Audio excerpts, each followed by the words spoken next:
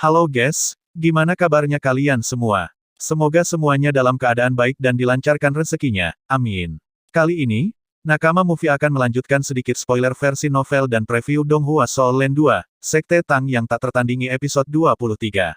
Ujian kenaikan kelas masih terus berlanjut, Dai Huabin adalah murid selanjutnya yang akan menjalani ujian.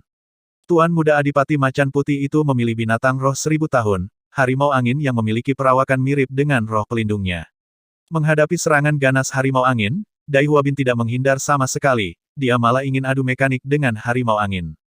Harimau angin sedikit ketakutan saat melihat roh pelindung Dai Huabin, tapi dia tetap menyerang Dai Huabin secara kejam. Dai Huabin juga tidak mau kalah, dengan niat membunuh, dia melancarkan serangan secara kejam pada harimau angin. Kini Dai Huabin dan harimau angin saling adu mekanik, saling cakar-mencakar. Hingga ketika Dai Huabin berhasil meraih taring harimau angin, dan ingin meledakkannya dengan menggunakan teknik jiwa keduanya, tiba-tiba Dekan Yan menghentikan ujian. Tapi itu sedikit terlambat, karena harimau angin telah mati di tangan Dai Huabin.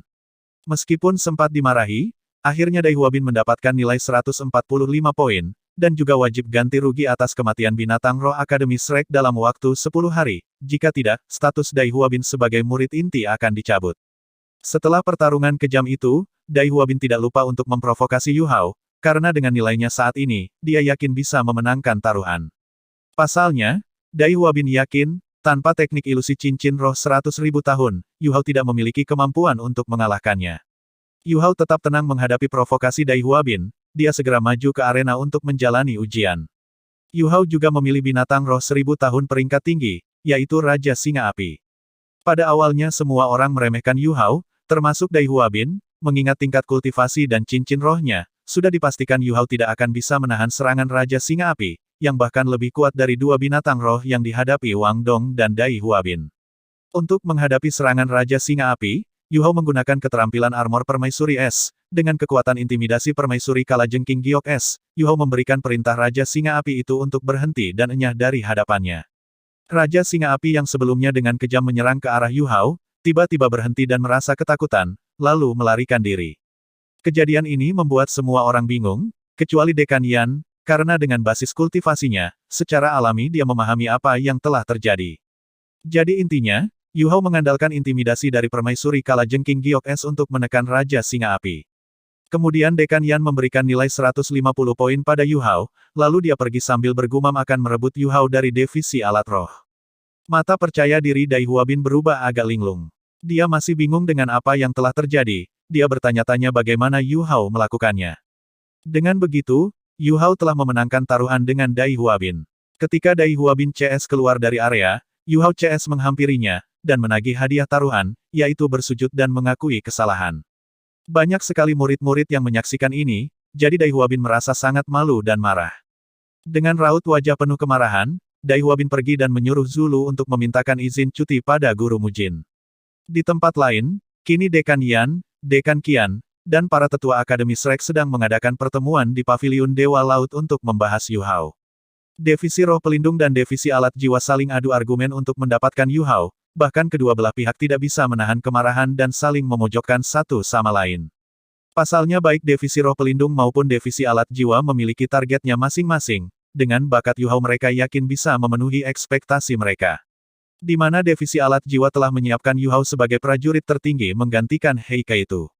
Dengan bakat Yu Hao dalam pembuatan alat jiwa, Dekan Qian yakin divisi alat jiwa Akademi Shrek akan melambung tinggi, bahkan bisa bersaing dengan Kekaisaran Matahari Bulan.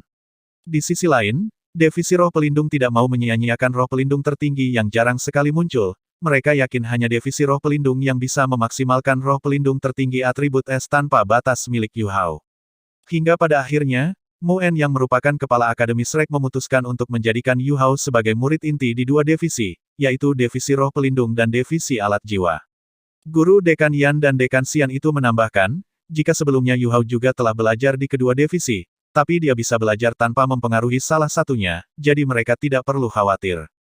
Hanya dengan begitu, rencana divisi roh pelindung dan divisi alat jiwa akan bisa berjalan secara berdampingan.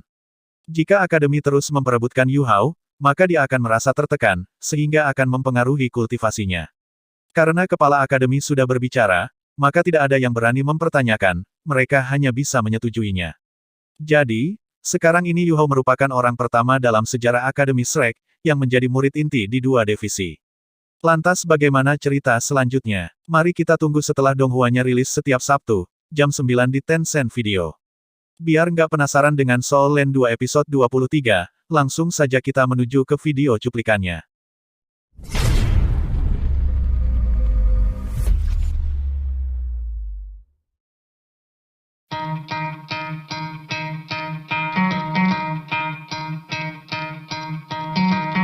Try to play, but you're never gonna beat me. Look the other way, what I'm doing ain't easy. Bloody hands stained from the people who deceive me. Muddy hands break through the chains, go free me. Looking for change, looking for pain. Pulling a mob, pushing a train. I'll never stop, stick to a lane. Pick up the pieces and go rearrange.